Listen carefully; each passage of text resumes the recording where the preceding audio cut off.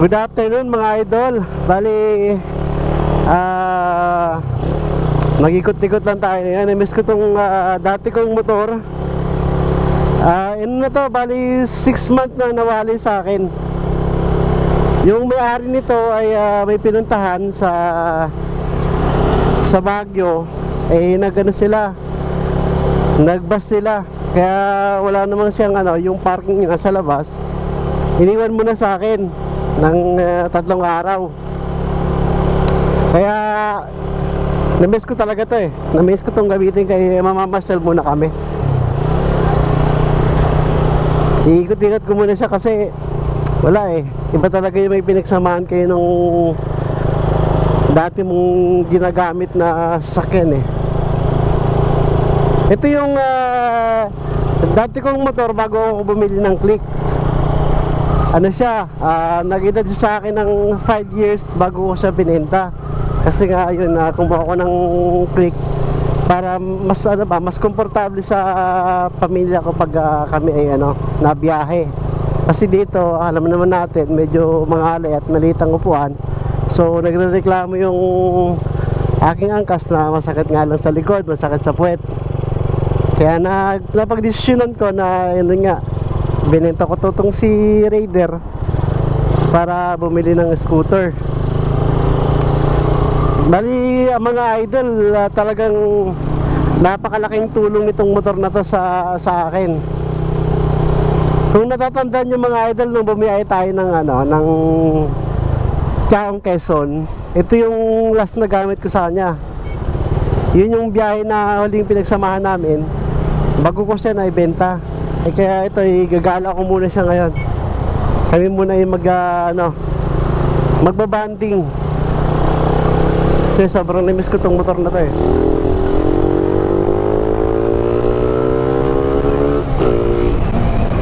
Lakas pa rin niya talaga mga idol.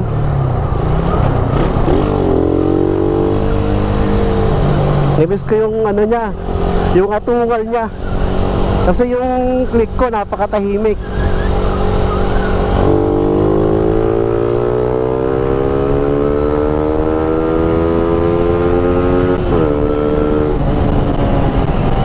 Kaya mga idol na-miss ko yung ganitong takbo. Yung gamit ko pa to si Raider.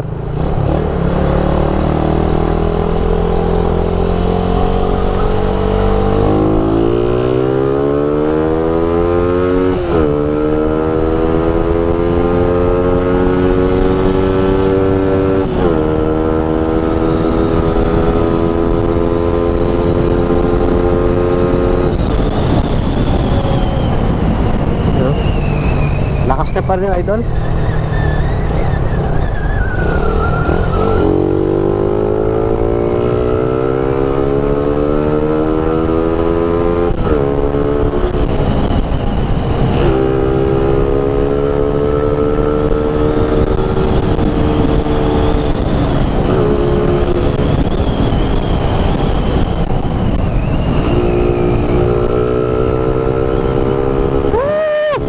I miss you, Raider!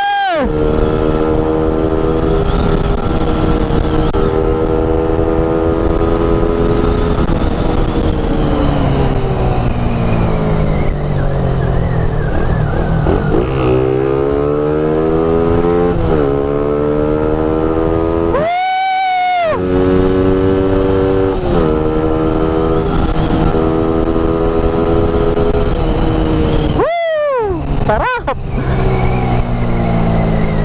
Tara, uwi na tayo. Balik na tayo, balik. Tayo ng U-turn. Woo! Sarap na makaramdam.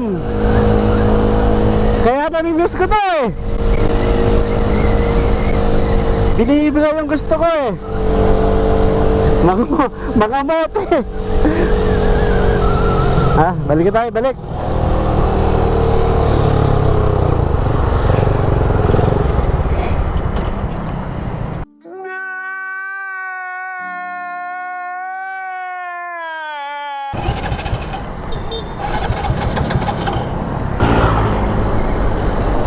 Ay!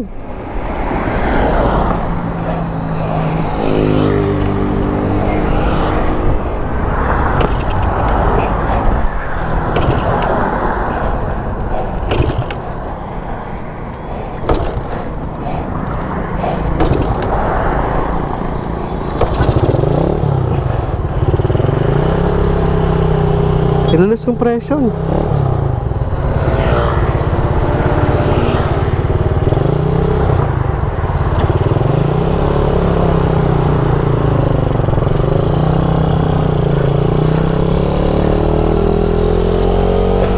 Okay mga idol, uwi na tayo. Woo! Sarap sa pakiramdam pag nagamit mo ulit yung dati mong kapartner.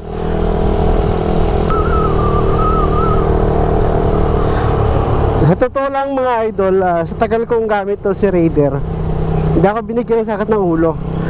Isang beses lang yung ano, hindi sa makina, sa kanyang karburador. Kasi yun naman talaga nagiging issue na talaga yon once na matagal na yung gamit sa'yo. Tulad yung ano, karburador nito, kumakapit na sa ano, sa gilid yung piston. Kaya ginawa ko ngayon, siguro edad siya ng 4 years, nagpalit ako ng 28 na karburador. So ito nakakabit sa kanya ngayon. Kaya sabi ko lang, mas lumakas siya nung time na ano, na nagpalit ako ng carb niya. Nga lang talaga, medyo lumakas din sa gas. Siguro wala rin sa tono. Pero yung kanyang takbo ay goods na goods. Medyo nanibago na ako sa paggamit sa kanya mga idol, kasi siguro ano, 8 months na akong gumagamit ng scooter. Kaya siyempre parang nagbago yung forma ng pagmamaneho, yung pag-handling ng motor. Kasi iba yung galawan ng ano, ng scooter eh, tsaka dito. Hindi ko alam kung nami-maintain ng maayos eto nung nakabili.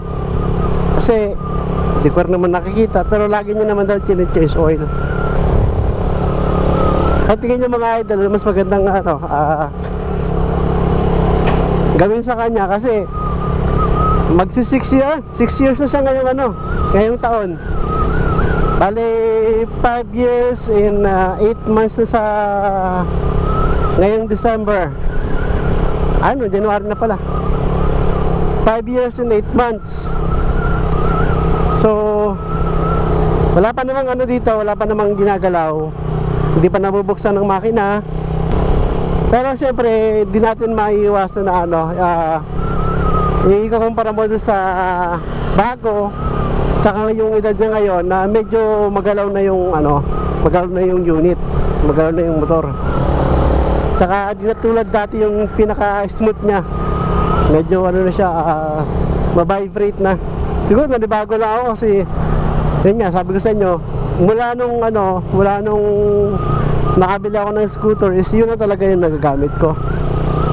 Kaya ito si Raider ko dati, yan, na ngayon na ulit kami nagkasama, ngayon pasyal. Pero sabi ko lang is yung pa rin, yung speed niya di nagbabago, pangamote pa rin.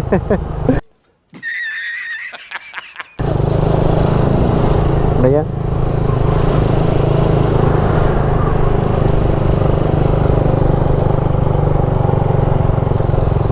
Tayo natin yung... Hindi ko alam ba't namatay siya kanina. Yan.